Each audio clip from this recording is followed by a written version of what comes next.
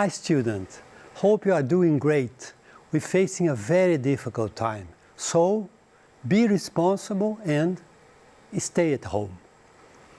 Então nós vamos a mais uma aula. Aqui eu coloquei escrito o que a gente está falando, wherever you are. I hope you and your family are well. Espero que você e sua família estejam bem, né? Bem e salvos. Então, essa aula de hoje seria um pouco de gramática, né? Que é importante também, que a gente já falou em outras aulas. A gramática está a serviço da oralidade, da leitura, da dimensão intercultural, de todos esses eixos que tem no inglês. Ela está em função de outra coisa, não dela própria. Então, isso aqui é muito importante, que é direct and indirect speech, é o discurso indireto e direto. Em inglês, eles chamam também de reported speech, que é um discurso que é quando a pessoa vai falar sobre o que outras pessoas falaram. É interessante isso porque serve a uma função comunicativa, né?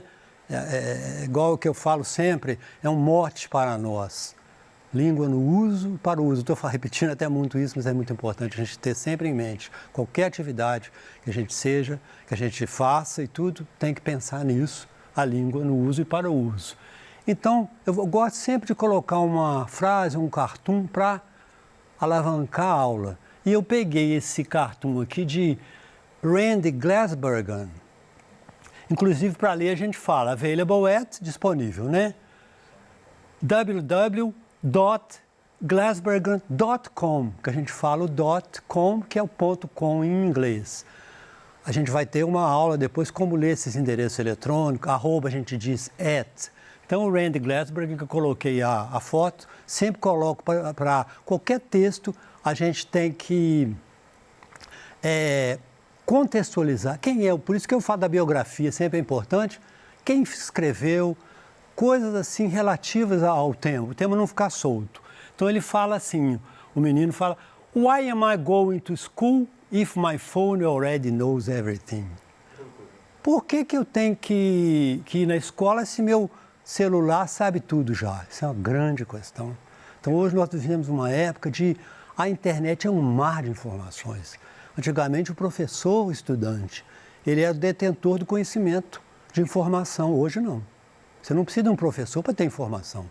A internet tem milhões de coisas. Cada dia eu vejo aulas assim muito melhores que essa minha aqui. Aulas excelentes, de qualquer tema. Então qual é o papel da escola e do professor? É ser, primeiro, um curador de aulas, de informações. Quer dizer, o que é o curador? Aquele que vai selecionar o que é bom, o que não é, qual é uma coisa mais fácil, qual é a mais avançada, aquele degrau. Você joga lá, não sei o que, o assunto tal, vem 10 PDF, vem 10 vídeos. Então, isso aí a gente se perde. Então, o papel do professor é esse, um facilitador de aprendizagem. Né? Aquele que detém a informação mais. Então, eu achei interessante essa colocação, esse desafio, que é essa tirinha que a gente fala em inglês, comic strip, que é a tirinha, né? De Glasbergen. Então, a gente vem agora, eu peguei coloquei partindo de uma notícia, sempre gosto de partir de um texto. Partir de um texto e chegar nele no final, né? A gente vai na gramática, mas não pode. Partir de um texto e, se for possível, no final, na avaliação, voltar ao texto, voltar à comunicação. Então, aqui eu peguei um texto do jornal, da www.bbc.com, que é da BBC, que ensina inglês. Tem também um site muito interessante, tem exercícios, coisas interessantíssimas. Então, está uma declaração entre, aqui aspas, putting on a mask every day before you go out is like a ritual. Like putting on an uniform, and in ritual behavior, you feel you have to live up to what the uniform stands for. Vou traduzir. Colocando uma máscara todo dia, before you go out, antes que você saia, como um ritual. Como colocar no uniforme. E no comportamento do ritual você sente que tem que viver para o que aquilo representa. Então, a importância da máscara é como se fosse um uniforme que ele está falando ali. É importante a simbologia daquilo. O que é a simbologia? A proteção. Eu me proteger e proteger os outros. Então, é muito importante isso. aqui a gente o discurso aqui colocando o que outra pessoa diz no texto jornalístico, aqui está de forma direta. Está o que, entre aspas, e disse, o verbo disse, said Donald Low, a behavioral economist and professor at Hong Kong University. Então, o que esse professor diz? É muito comum aparecer isso na linguagem jornalística. O texto entre aspas, né? Ou na linguagem também, não só como falada. Você vê aí, de repente, uma notícia, começa alguém a falar, você vê que a textura, a voz é diferente, é outra pessoa que está falando. Então, a linguagem oral ela tem milhões de outras coisas, nem precisa de aspas, de nada, você já entende que é outra voz falando. Então, disse o economista, o behavior, economista de comportamental. Então, ele disse aquilo, né? Então, a gente poderia colocar o sinônimo também, reiterated, pointed out, declared. Declarou, reiterou, apontou, enfatizou, né? Então, é muito comum isso. Colocar as aspas, o texto direto e depois alguém disse, né? E aqui está diferente já. Você está na forma indireta, de acordo com o que aparece no jornal. Donald Low, a behavioral economist, então, que está falando que o economista da Universidade de Hong Kong, de Science and Technology, disse que, então a gente vai dizer o disse que, when one puts on a mask, every day before he, quando a gente diz alguém, o one, a gente refere pronome referido é o he. He goes out like a ritual. Aqui continua o texto, como uma coisa que é um ritual e você tem que se manter muito ligado naquilo que ele representa, naquela simbologia que ele representa. Então, aqui é uma forma diferente. Disse que, ele afirmou que, é uma forma de dizer o que alguém disse. Então, isso é muito importante no inglês, né? Então, o tema aqui, indirect or reported, discurso ou fala reportada ou relatada. O que é o discurso ou fala relatada? É a gente falar o que alguém falou. Alguém está conversando ali, ele conversando com o outro, aí eu vou contar o que eles estão falando. É muito comunicativo, é uma parte gramatical, mas que tem um efeito, um recurso comunicativo, um apelo comunicativo muito forte. Por isso que eu peguei aqui. Então, duas pessoas falando, ó, ela está conversando com ele e eu vou relatar, reportar, inclusive que eu acho até interessante o título do inglês, é melhor que português, reported speech. Português diz mais linguagem direta e indireta. Em inglês sempre é mais enfático com as coisas, né? Então nós vamos ver. My name is John. Então ele está falando para outra pessoa. O outro fala ok. Direct speech é a linguagem direta, né? Então, a gente vai transformar, ele disse, meu nome é João, então eu quero dizer o que ele falou. Então, eu vou usar o pronome, he said that his name was John. That he was John. Esse that aqui, ele é suprimido. Muito comum ele estar suprimido. He, porque é o pronome pessoal, ele, em vez de repetir o nome dele, eu falo he.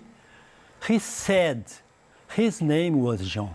O importante é que esse verbo aqui vai para o passado. Porque eu reportar o que alguém disse já é passado. Então, é uma coisa que já aconteceu. Já passou, então eu vou usar o said, que é muito importante, ou algum sinônimo, reiterated, qualquer coisa assim. No caso, o said, e o outro verbo no passado, né? Então, a gente tem que ver aqui o que muda. Então, primeiro muda o pronome, né? Ao transformar, contar o que a pessoa falou, vou contar para o outro. O pronome, o verbo e o tempo. Então, a gente vai ver aqui o que muda, né? Pronome demonstrativo. Os pronomes demonstrativos, eles dão uma referência, se aquilo está perto ou longe do falante, né? This, that, esse, aquele. These, those, que é o plural. Então, o menininho eu peguei de uma aula que eu já dei, esse Deepak, eu coloquei o nome, dando ênfase aqui, Deepak é o nome indiano, dando ênfase ao inglês que a gente vai tentar passar para vocês aqui, sempre o inglês do mundo inteiro. Não é aquele inglês mais americano ou britânico, não. Inglês da África do Sul, da Tailândia, estou pesquisando muito, Austrália. Claro que a gente tem, eu, por exemplo, tenho mais uma afinidade por ter estudado com a cultura americana, com o inglês americano. Mas o que eu vou ensinar é o inglês geral, que é chamado, uma noção grande, que é chamada de língua franca, atualmente. Então, I love this book, como o menino disse, diretamente, Deepak. Então eu vou dizer, she said, que seria he said that he loved that book. He said that he loved that book. Ele disse que gostava do livro. Esse verbo aqui tem que ir para o passado, para o past, que em inglês é tão fácil. Eles falam past, simple past, é o passado simples. Em português é pretérito perfeito. Em português às vezes complica. O estudante complica, pretérito perfeito é passado. Sim, mas o inglês é tão mais fácil. Past, simple past, não tem nem onde confundir.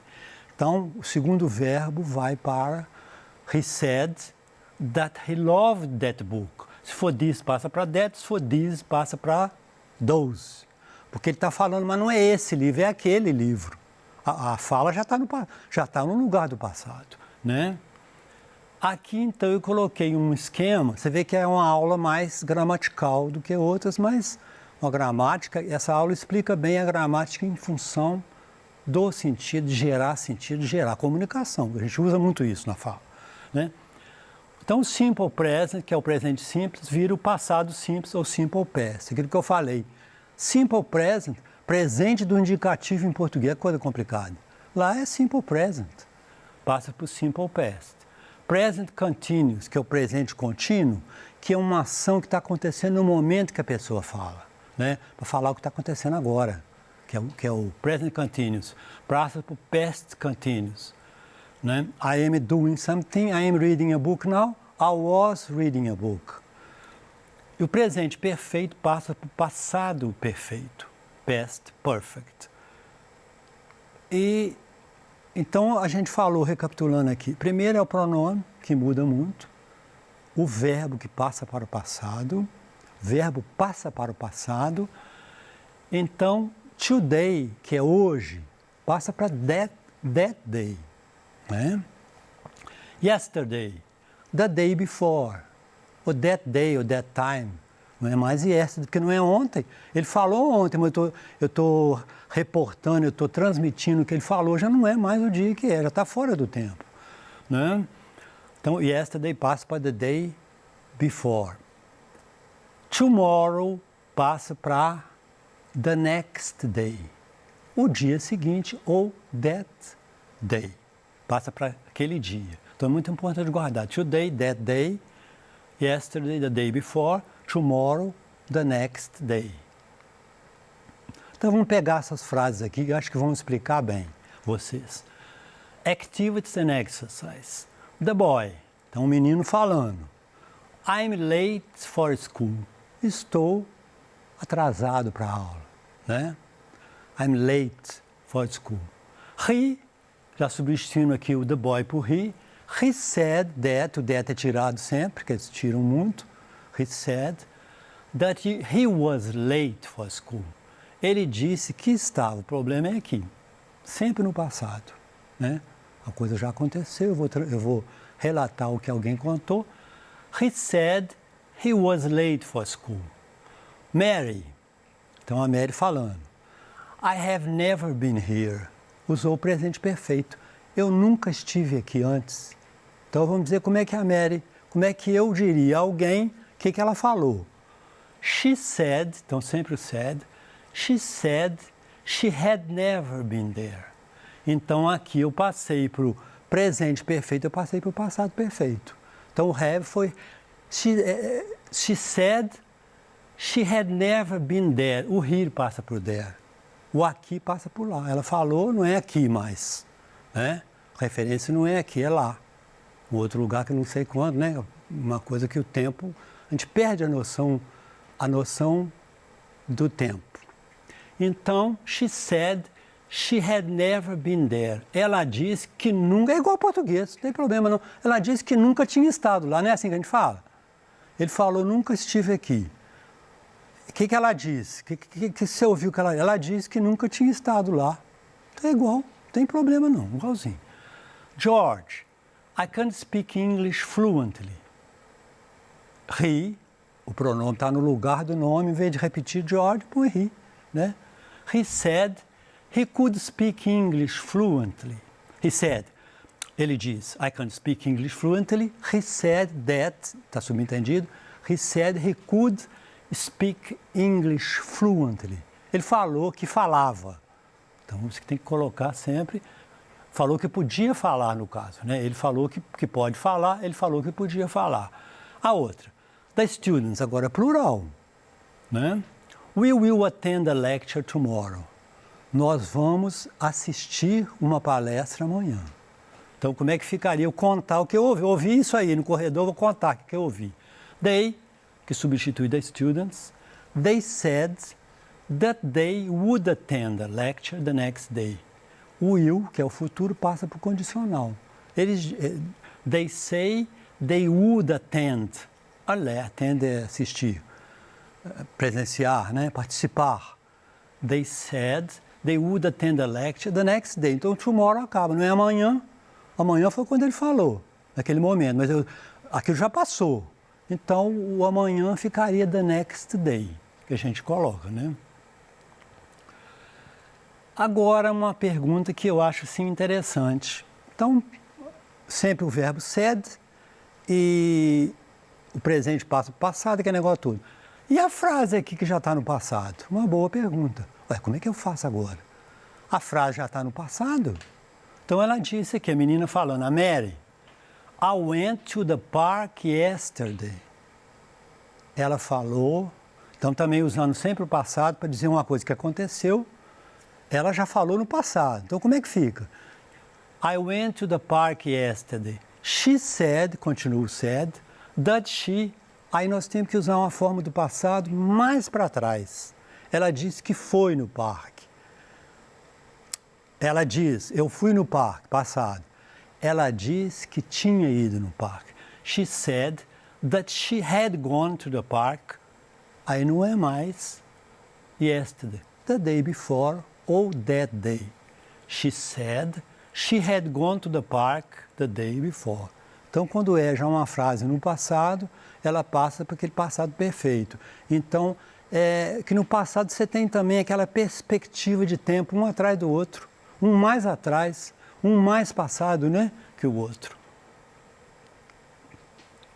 Esse aqui. I'm going to read this book now. Vou ler este livro agora. Então, a menina, she, né? She said she was going to read that book that time. Ela disse que ia ler. Que é futuro aqui, né? I'm going to read this book now. She said she was going to read that book that time. Então, now passa por that time. Ela disse que vai, vou ler esse livro agora, ela disse que ia ler. Então, não tem problema nenhum com o português, é igual o português, né? Então, o que eu acho importante nesse... Aqui, tips, sempre termino com isso. Tips on English Learning. São dicas para se aprender inglês, no caso. Então, as mudanças nos pronomes, verbos e marcadores de tempo, tá? Então, marcador de tempo que eu falei que é as 3 coisas que mudam. Importância. Qual a importância disso aí? Importa de contar o que as pessoas dizem, né? Eu dei aquele exemplo do jornal, que é a forma escrita, que é a indireta, né? Que é a forma indireta ou a forma direta. A indireta é muito usada, a direta é muito usada. Diz o que a pessoa falou entre aspas e coloca admitiu o secretário, informou o secretário. É muito comunicativo isso. E coloquei na parte prática. Então, importância de relatar, essa que é a função comunicativa do discurso direto e indireto.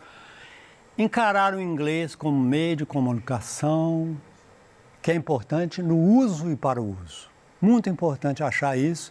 E às vezes aparece, como apareceu aqui, a gramática, né? Thanks for watching. Muito obrigado por ter assistido. E goodbye. Stay at home. Be responsible.